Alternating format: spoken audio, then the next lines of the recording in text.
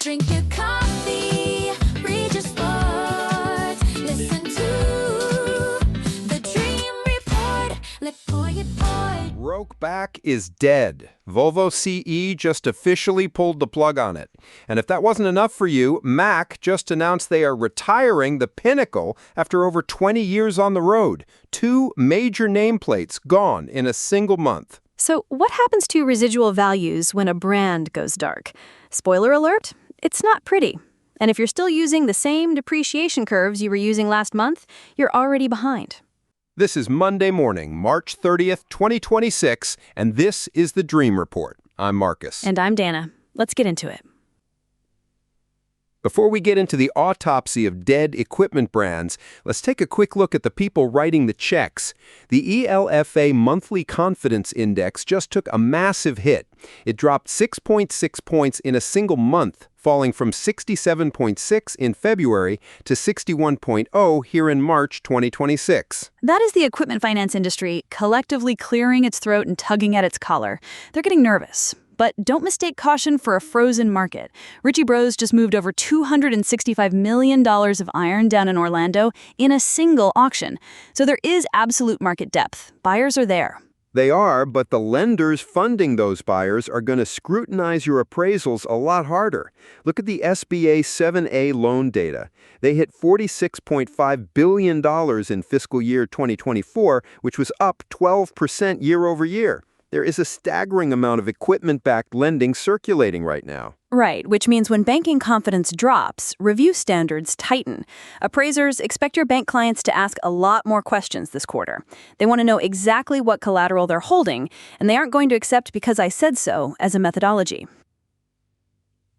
And knowing exactly what collateral they're holding is getting trickier, especially when the name on the hood is being erased.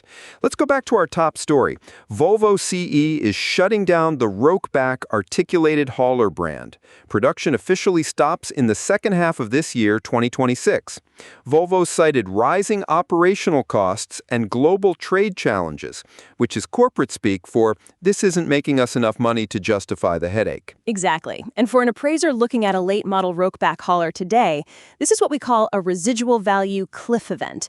It's basic economics. Once the factory lights turn off, parts availability gets sketchy, the service network shrinks, and remarketing data degrades. Historically speaking, discontinued brands can lose 15 to 25% of their market value within 18 months. Now, that's a general industry pattern, not hard Rokeback data yet, but you absolutely have to price that risk into a Rokeback appraisal today. You do, because try finding an OEM part for a defunct articulated hauler in 2028. Now, contrast that with what's happening over at Mack. They are retiring the Pinnacle nameplate and replacing it with the Keystone. That's a very different flavor of brand death. It's the same manufacturer, same dealer network, just a new badge on the door. But you still have to track it closely. As an appraiser, your comp data for Pinnacle is going to stop accumulating. You can't just slap a 2027 Keystone comp on a 2025 Pinnacle appraisal without adjusting for the nameplate transition. The market treats discontinued models differently, even if the parent company is healthy. Spot on.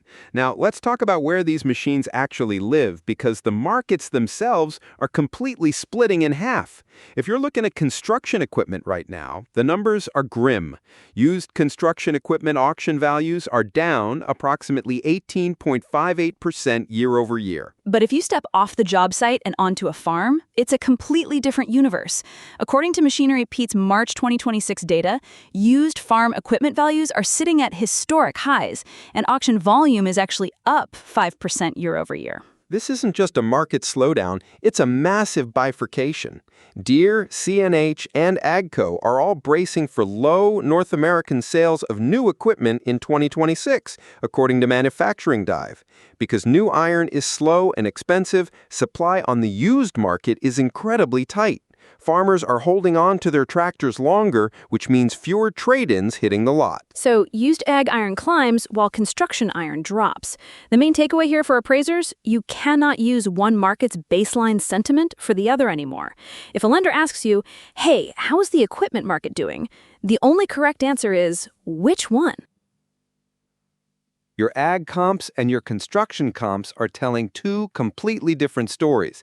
And if your market conditions narrative in the report doesn't reflect that split, the reviewer who just saw the ELFA confidence drop is going to kick that report right back to your desk. The thread connecting all of this is simple. The appraisal world is getting more complicated, not less. Brands are dying, markets are splitting entirely by sector, and the people writing the checks are getting cautious. The appraiser who knows exactly which market they're in and can document it with bulletproof data is the one who wins. That's all for today. Thanks for listening to The Dream Report. We'll catch you next time.